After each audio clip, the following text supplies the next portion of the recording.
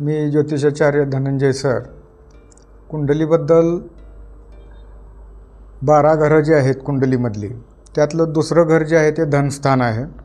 धनस्थानामध्ये जर योग नीट झाले नसतील, धनेशाष्टमात असेल, षष्ठात असेल, अगर व्ययात असेल, अगर धनस्थानामध्ये पापग्रह बसले असतील, अगर धनस्थानामध्ये शुभग्रह बसूनसुद्धा त्याच्यासोबत इतर पापग्रहांचे जे योग आहेत ते जर ठीक झाले नसतील, तर धनस्थिती ही माणसाच्या आयुष्यात कधीच ठीक होणार नाही.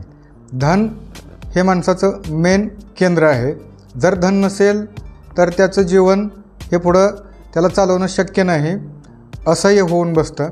तर कुंडलीमधलं आपलं 2 नंबरचं स्थान आहे धनस्थान, ते जर सुधारायचं असेल तर त्याच्यामध्ये त्या कुंडलीमध्ये धनस्थानाबद्दल कसे योग झालेले आहेत, कशा प्रकारचे योग झालेले आहेत, कोणत्या कोणत्या ग्रहांचं त्या स्थानाबद्दल पॉझिटिव्हिटी आहे, कोणत्या ग्रहांची निगेटिव्हिटी आहे, हे पाहून त्या कुंडलीचं धनस्थान जास्तीत जास्त बळकट करण्यासाठी आपल्याकडे भरपूर रेमेडीज आहेत. ते 2 नंबरचं स्थान धनस्थान आहे, त्याबद्दल जर पॉझिटिव्हिटी करायची असेल, त्याच्यामध्ये जर इम्प्रूव्हमेंट करायची असेल, आपली धनस्थिती सुधारायची असेल आणि कुंडलीमधून जर आपलं धनस्थान कसं बळकट करता येईल हे जर करायचं असेल, तर तुम्ही माझ्याबरोबर कॉन्टॅक्ट करा, संपर्क करा.